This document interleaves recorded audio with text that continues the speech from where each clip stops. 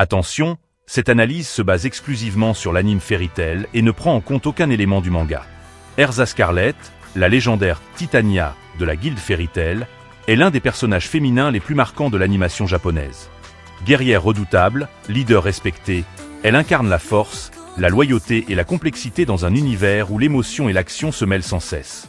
Mais qu'est-ce qui fait d'Erza une figure aussi culte? Quels sont ses atouts et ses faiblesses dans l'anime?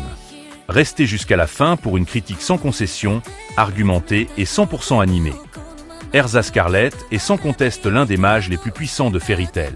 Sa magie de rééquipement lui permet de changer d'armure et d'armes en un clin d'œil, s'adaptant à toutes les situations. Dans l'anime, elle affronte des adversaires redoutables, repousse ses limites et impressionne par sa capacité à encaisser et à riposter. Sa polyvalence en combat est un atout majeur. Elle peut passer d'une armure défensive à une tenue d'attaque, utiliser des épées, des lances, des sorts de soutien. Cette diversité rend chaque affrontement unique et spectaculaire, et l'anime met en valeur sa créativité stratégique. Erza n'est pas juste une brute, c'est une tacticienne qui sait analyser ses ennemis et choisir la meilleure approche. Sa force physique et mentale inspire le respect, et ses victoires sont souvent décisives pour la guilde. Erza est l'un des piliers de Fairy Tail. Son autorité naturelle, sa capacité à prendre des décisions difficiles et à protéger ses amis font d'elle une véritable leader. Dans l'anime, elle n'hésite pas à s'imposer, à recadrer Natsu ou Gray, à calmer les tensions et à motiver la guilde. Sa loyauté envers Fairy Tail est absolue. Elle est prête à tout sacrifier pour ses compagnons, quitte à mettre sa vie en danger. Cette dimension de « grande sœur » renforce l'attachement du spectateur, qui voit en elle un modèle de courage et de dévouement. Erza est aussi capable de compassion, d'écoute et de pardon, ce qui la rend humaine et accessible malgré sa force surhumaine. L'anime consacre plusieurs arcs à l'histoire d'Erza. Son enfance tragique à la Tour du Paradis, sa relation avec Gelal, ses traumatismes et sa quête de rédemption.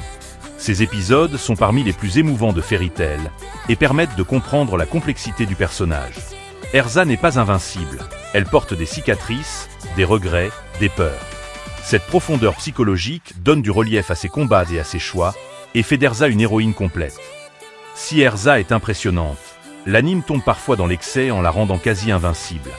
Certaines victoires semblent trop faciles ou forcées, avec des retournements de situation qui défient la logique. Elle bat des ennemis surpuissants alors qu'elle est épuisée, survit à des blessures mortelles, et l'anime justifie tout par sa volonté ou sa rage.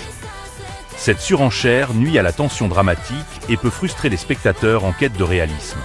Erza aurait gagné à être confrontée à des défaites plus marquantes, à des limites plus claires, pour renforcer l'impact de ses victoires. Erza occupe une place énorme dans l'anime, au point d'éclipser parfois Natsu, Lucy ou Gray. Certains arcs semblent taillés sur mesure pour elle, et les autres membres de la guilde sont relégués au second plan. Cette surprésentation peut déséquilibrer le rythme de la série et limiter le développement des autres personnages. On aimerait voir Erza partager davantage la lumière, soutenir ses amis sans toujours être la solution à tous les problèmes. Si Erza bénéficie de très bons épisodes, certains arcs la mettent en retrait ou la caricaturent. L'anime oscille entre la guerrière invincible et la femme fragile, sans toujours trouver le bon équilibre.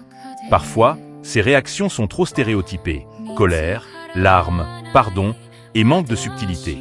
L'écriture aurait gagné à nuancer davantage ses émotions, à explorer ses relations avec la guilde et ses adversaires de façon plus profonde et cohérente. Erza Scarlet, dans l'anime Fairy Tail, est une héroïne puissante, complexe et inspirante. Sa force, sa loyauté et son histoire personnelle en font un pilier de la série, mais sa surpuissance et son rôle central peuvent nuire à l'équilibre du récit. Elle reste un modèle de courage et de résilience, mais aurait mérité une écriture plus nuancée et des défis plus crédibles. Alors, Erza est-elle la meilleure mage de Fairy Tail ou trop mise en avant ?